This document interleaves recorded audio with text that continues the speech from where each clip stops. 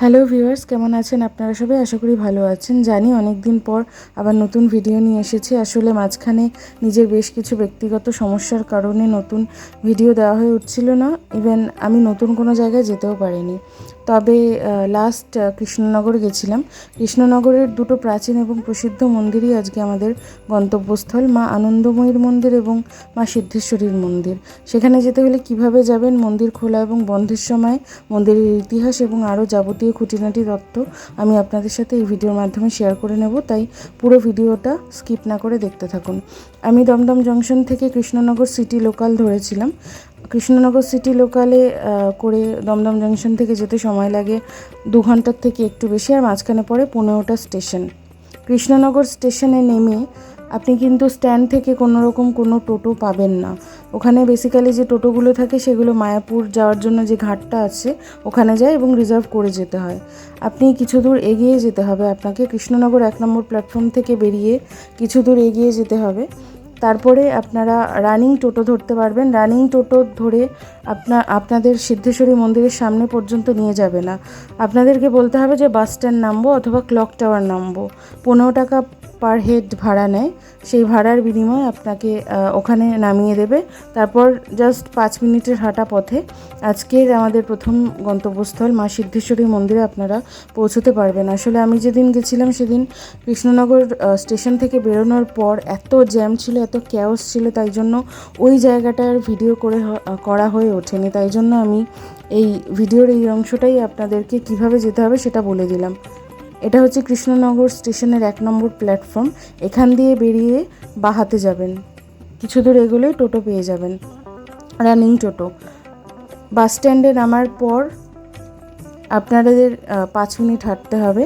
হাঁটার পরে দেখতে পাবেন একদম রাস্তার উপরে অবস্থিত রয়েছে মা সিদ্ধেশ্বরীর মন্দির। এটাই হলো মা সিদ্ধেশ্বরীর মন্দির।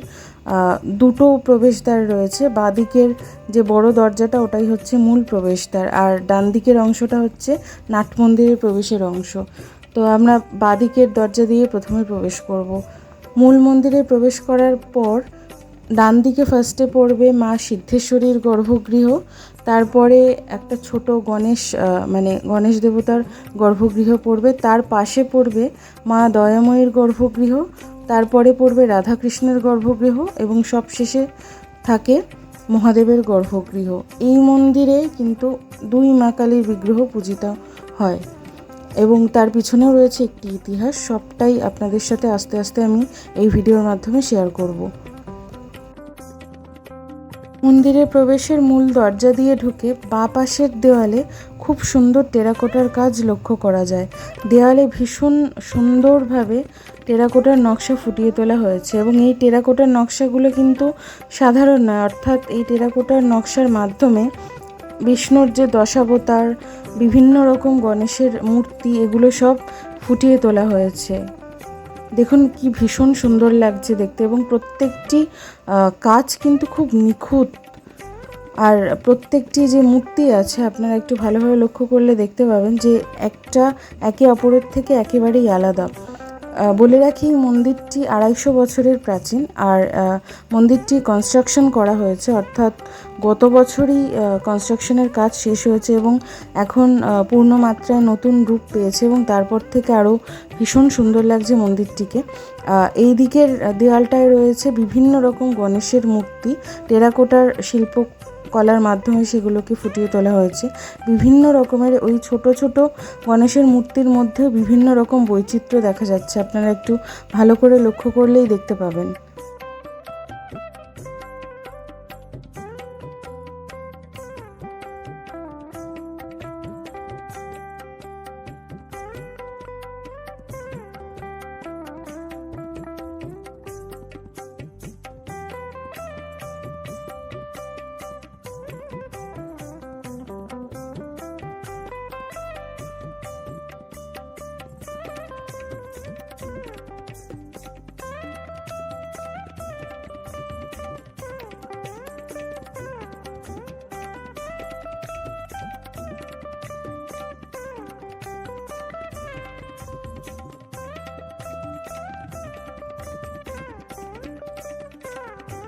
এর পাশের দেয়ালে রয়েছে, দেখতে পাচ্ছেন, বিষ্ণুর যে দশাবতার তার মূর্তি।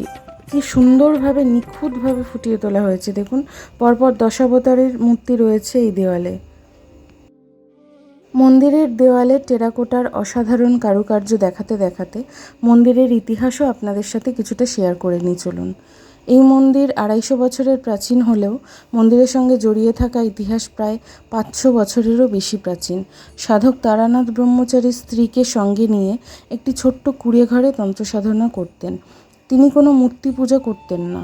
বেদি পেতে 15 থেকে 20টি তামার ঘটে মায়ের পুজো করতেন। পরবর্তীকালে তারানাথ ব্রহ্মচারীর দেহাবসান ঘটলে নীলাম্বর মুখার্জি নামের এক ব্যারিস্টার তারানাথ ব্রহ্মচারীর স্ত্রীকে ওই তামার ঘটগুলি সহ এবং পুজোর সমস্ত উপাচার সামগ্রী সমেত তার বাড়িতে আশ্রয় দেন এবং নিত্য পূজার ব্যবস্থা করে দেন। তার অনেক পরে বর্তমানের এই স্থানে মায়ের মন্দির প্রতিষ্ঠা হয়। মায়ের এই মৃন্ময়ী বিগ্রহ নির্মাণ করেন শিল্পী তারাপদ পাল। এই বিগ্রহ প্রতিষ্ঠার আগে পর্যন্ত একটি জলচৌকির উপর তারানাথ ব্রহ্মচারীর সিদ্ধ ঘটগুলি রেখে ব্যারিস্টার নীলাম্বর মুখার্জি নিত্য পূজার ব্যবস্থা করে যান। মায়ের বিগ্রহ প্রতিষ্ঠা করেন দীননাথ চট্টোপাধ্যায়। তিনি মারা যাওয়ার পর নিত্য পূজার দায়িত্ব দেওয়া হয় ভট্টাচার্য পরিবারকে। এবার চলুন মা সিদ্ধেশ্বরীর গর্ভগৃহে মা সিদ্ধেশ্বরীকে দর্শন করে আসি আমরা। মা সিদ্ধেশ্বরীর গর্ভগৃহে যাওয়ার আগে উপরের যে সিলিংটা রয়েছে সেটাকে খুব সুন্দরভাবে সাজানো হয়েছে। নতুনভাবে মন্দিরটা কনস্ট্রাকশন হওয়ার পর গর্ভগৃহে মা সিদ্ধেশ্বরীর মৃন্ময়ী মূর্তি প্রতিষ্ঠিত এবং কি অপূর্ব সুন্দর লাগছে দেখতে, আপনারা দেখতে পাচ্ছেন। মা সিদ্ধেশ্বরীর পদতলে মহাদেব রয়েছেন, আবার ডান পাশেও রয়েছেন মহাদেবের আরেকটি বিগ্রহ। দেবী সিদ্ধেশ্বরী এখানে রক্তজবায় সজ্জিত। খড়গ হাতে দেবী, তার মাথায় রয়েছে সোনার মুকুট, পায়ের কাছে রয়েছে সিংহ ও রক্তপিপাসু শিয়াল। দেবীর ডান পাশে ত্রিশূল হাতে দাঁড়িয়ে রয়েছেন মহাদেব এবং পদতলে শায়িত আছে শ্বেতপাথরের দ্বারা নির্মিত মহাদেব। এছাড়াও দেবীর ডান পাশে বেদির উপর রয়েছে একটি শিলাখণ্ড, যাকেও এখানে নিত্য পূজা করা হয়। পরবর্তীকালে সেই ভট্টাচার্য পরিবার মন্দিরের দায়িত্ব ত্যাগ করে চলে যাওয়ার সময় ওই তামার ঘটগুলির মধ্যে একটি ঘট কর্তৃপক্ষকে দিয়ে যান। সেই ঘরটি এখনও মায়ের বেদির জলচৌকির নিচে রাখা রয়েছে। মা সিদ্ধেশ্বরীর গর্ভগৃহের ঠিক পাশের গর্ভগৃহটি হলো গণেশজির গর্ভগৃহ। গর্ভগৃহে খুব সুন্দর কোষ্ঠী পাথরের একটি প্রাচীন গণেশ বিগ্রহ রয়েছে।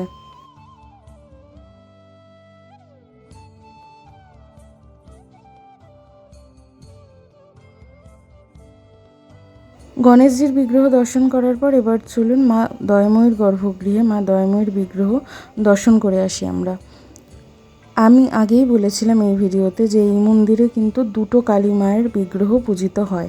কেন হয় সেটাই এবার আমি আপনাদেরকে বলবো। কথিত আছে 6এর দশকের মাঝামাঝি সময় মায়ের বিগ্রহটি অর্থাৎ মা সিদ্ধেশ্বরীর বিগ্রহটি সংস্কারের প্রয়োজন হয়। দীর্ঘ বছরের সংস্কারের অভাবে বিগ্রহতে ফাটল ধরায়। ঠিক হয় মায়ের এই বিগ্রহটি জলঙ্গি নদীতে বিসর্জন দিয়ে নতুন করে আবার বিগ্রহ তৈরি করা হবে। অন্যদিকে যখন পুরনো বিগ্রহটি বিসর্জন হবে ঠিক হয়, তখন পাশেই শুরু হয় দয়াময়ী মায়ের মন্দির নির্মাণের কাজ। নতুন পাথরের মূর্তি করতে গিয়ে দুবারই সেই মূর্তিতে ফাটল ধরে। তখন আর নতুন বিগ্রহ তৈরি না করে সেই পুরনো বিগ্রহটি সংস্কার করে আবার পুজো করার সিদ্ধান্ত নেওয়া হয়। অন্যদিকে ততদিনে পাশের দয়াময়ী মায়ের মন্দির নির্মাণের কাজও শেষ। ঘূর্ণির কার্তিক পালের নির্দেশে মুক্তিপাল দয়াময়ীর মৃন্ময়ী মূর্তিটি তৈরি করেন, যার ফলে একই মন্দিরে সেই দুই কালীমায়ের বিগ্রহের পুজো হয় আজও। মা দয়াময়ীর গর্ভগৃহের পাশে একটি প্যাসেজ রয়েছে, যার মাধ্যমে ভক্তরা মা দয়াময়ীর গর্ভগৃহ প্রদক্ষিণ করতে পারে। এবার চলুন সেই জায়গা দিয়ে মায়ের গর্ভগৃহ প্রদক্ষিণ করে আসি। পাশেই রয়েছে অর্থাৎ মা দয়াময়ীর গর্ভগৃহের পাশে দুটো শ্রীকৃষ্ণের ছবি রয়েছে, যাদেরকে পুজো করা হয় এবং মাঝখানের প্যাসেজে রয়েছে অর্থাৎ মা সিদ্ধেশ্বরী এবং মা দয়াময়ীর গর্ভগৃহের মাঝের প্যাসেজে একটি কোষ্ঠী পাথরের মহাদেবের শিবলিঙ্গ রয়েছে। এখানে ভক্তরা আসলে নিষ্ঠা ভরে পুজো করে এবং উপরে রয়েছে একটি বাসুকী নাগ মহাদেবকে জড়িয়ে রয়েছেন। এবার চলুন মায়ের গর্ভগৃহটা ভালোভাবে প্রদক্ষিণ করে আসি।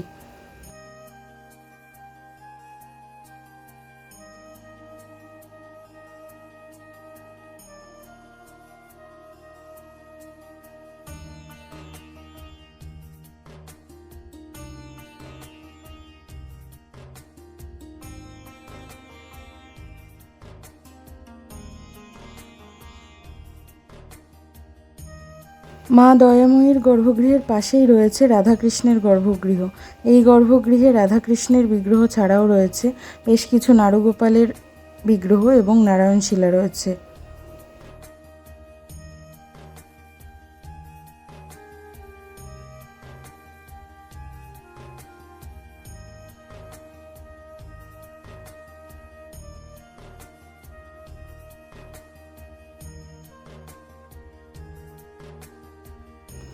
নাট মন্দিরের অংশটা থেকে নামলে একদম শেষের অংশে রয়েছে মহাদেবের গর্ভগৃহ এবং তার ঠিক পাশেই রয়েছে সিদ্ধেশ্বরী ভবন নামে এই মন্দিরের নিজস্ব অতিথিশালা। এবার চলুন মহাদেবের গর্ভগৃহে কষ্টি পাথরের শিবলিঙ্গ দর্শন করে আসি।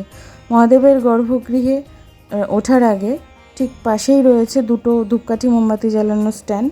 কিছু ধাপ সিঁড়ি পেরিয়ে উপরে উঠেই মন্দিরের একদম মাঝখানে দেখতে পাবেন মহাদেবের মুখোমুখি বসে রয়েছে নন্দী মহারাজ। কালো কষ্টি পাথরের দ্বারা নন্দী মহারাজের বিগ্রহ তৈরি, একদম মহাদেবের মুখোমুখি বসে রয়েছে। গর্ভগৃহে কষ্টি পাথরের শিবলিঙ্গ রয়েছে এবং সেটা ছাড়াও দেয়ালে একটি মহাদেবের বিগ্রহ খোদাই করা রয়েছে।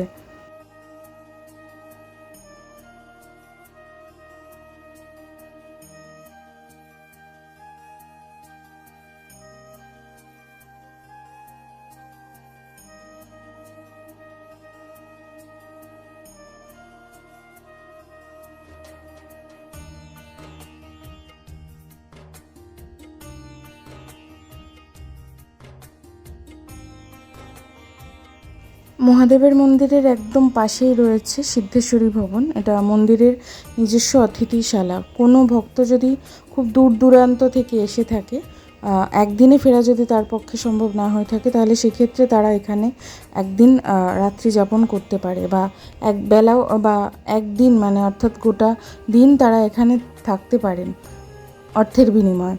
ঠিক এর বিপরীতেই রয়েছে, এটা হচ্ছে ভোগ ঘর, অর্থাৎ মায়ের যে ভোগ নিবেদন করা হয় সেটির রান্নার ঘর রয়েছে এখানে। প্রসঙ্গত বলে রাখি, এই মন্দিরে কিন্তু ভক্তদের ভোগ প্রসাদ দেওয়ার ব্যবস্থা আছে, অর্থাৎ বসিয়ে খাওয়ানোর ব্যবস্থা নেই, তবে 100 টাকা মূল্যের বিনিময়ে ভক্তরা ভোগ প্রসাদ চাইলে নিয়ে যেতে পারে। সেক্ষেত্রে আপনাকে মন্দিরে 10টার মধ্যে আসতে হবে, এসে মন্দির কর্তৃপক্ষের কাছ থেকে 100 টাকার বিনিময়ে টিকিট কাটতে হবে, তবেই আপনারা ভোগ প্রসাদ সংগ্রহ করতে পারবেন। এবার চলুন এই মন্দিরে যে প্রাচীন বেলগাছটি আছে সেটি আপনাদেরকে দেখাই। বেলগাছের নিচে বহু মানুষ তাদের মনস্কামনা জানিয়ে চেলি সুতো বেঁধে দিয়ে যান এবং তার ঠিক অপোজিটের যে দেওয়ালটা, সেই দেওয়াল জুড়ে রয়েছে পশ্চিমবঙ্গের বিভিন্ন যে সতীপীঠ রয়েছে সেই সতীপীঠের চিত্র, এবং সেগুলো ভীষণ সুন্দরভাবে ফুটিয়ে তোলা হয়েছে। এখানে দেখতে পাচ্ছেন কালীঘাট, বাহুলা, তারপর তারাপীঠ, যোগাদ্দা, এই সমস্ত সতীপীঠের মন্দিরের ছবি রয়েছে এখানে। এবং এটা ছাড়াও আমাদের সকলের প্রিয়, খুব কাছের মা ভবতারিণী যেখানে বিরাজ করেন, রানী রাসমণির সেই বিখ্যাত কার্যকলাপ অর্থাৎ দক্ষিণেশ্বর মন্দিরের ছবিও রয়েছে এখানে।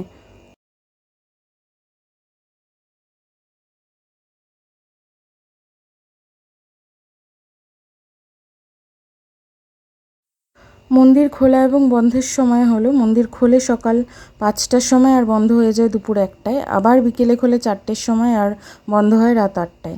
মন্দিরে বিশেষ অমাবস্যা তিথি ছাড়াও দীপান্বিতা অমাবস্যা, কৌশী অমাবস্যা এবং আরও বিভিন্ন যেরকম কালী পুজো রয়েছে সেটা ছাড়াও রয়েছে শিবরাত্রি, নীল পুজো, এই সমস্ত দিনগুলোতে মন্দিরে বিশেষ পুজোর ব্যবস্থা করা হয়ে থাকে।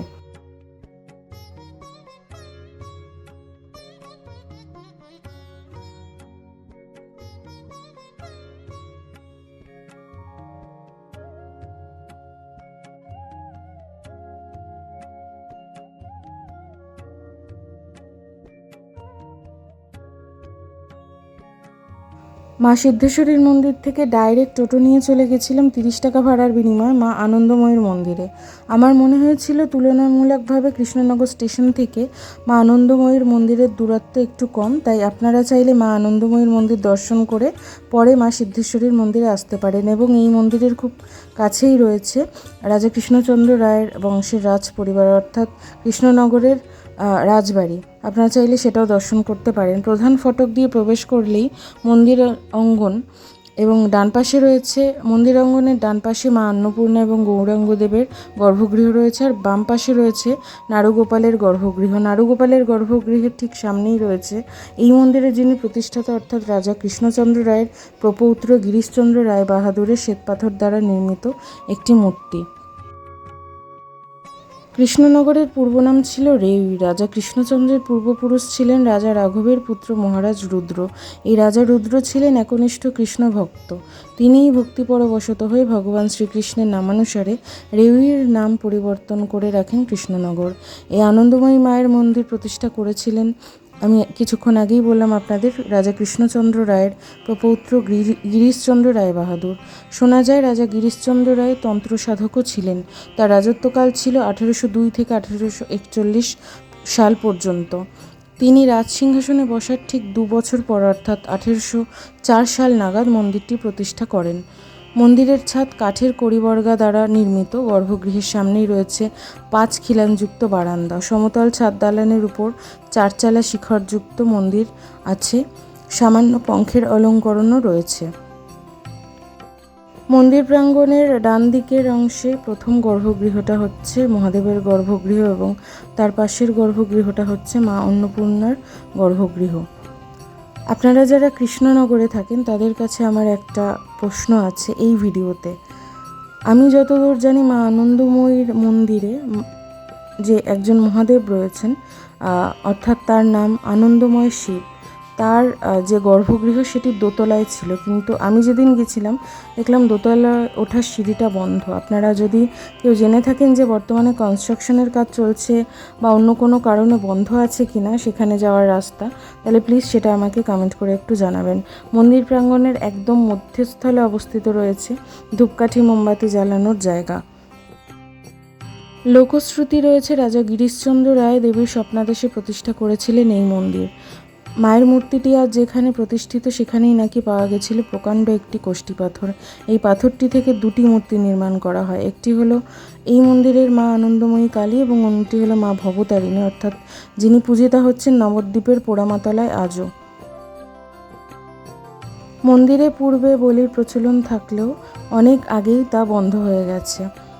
মায়ের মন্দিরে মা আনন্দময়ীকে প্রত্যেক দিন ভোগে মাছ নিবেদন করা আবশ্যক।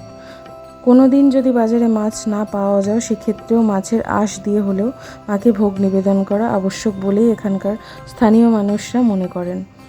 গর্ভগৃহে শায়িত রয়েছে বেদির উপর শ্বেতপাথর দ্বারা নির্মিত মহাদেব। মহাদেব পূর্ব পশ্চিমে শায়িত। তার ঠিক বুকের উপর পদ্মাসনে বসে রয়েছেন মা আনন্দময়ী। মা আনন্দময়ী এখানে চতুর্ভুজা, আর মায়ের বিগ্রহ উচ্চতায় 3.5 ফুটের কাছাকাছি। মায়ের বাম পাশে রয়েছে আরেকটি ছোট কালী মায়ের বিগ্রহ এবং ডান পাশে রয়েছে শ্বেতপাথর দ্বারা নির্মিত মহাদেবের আরেকটি বিগ্রহ। এই মন্দিরে মুখে প্রসাদ এবং বিয়ের ব্যবস্থা রয়েছে। আপনারা কেউ চাইলে যদি প্রয়োজন হয় তাহলে সেক্ষেত্রে মন্দির কর্তৃপক্ষের সাথে আগে কথা বলে নিতে পারেন। এই বাচ্চা ছেলেটির সেদিন মুখে প্রসাদের অনুষ্ঠান ছিল, তাই মায়ের কাছে নিয়ে গেছিল। মন্দির খোলা থাকে সকাল 6টা থেকে দুপুর 2টো অবধি এবং বিকেল 4টে থেকে রাত 9টা অবধি।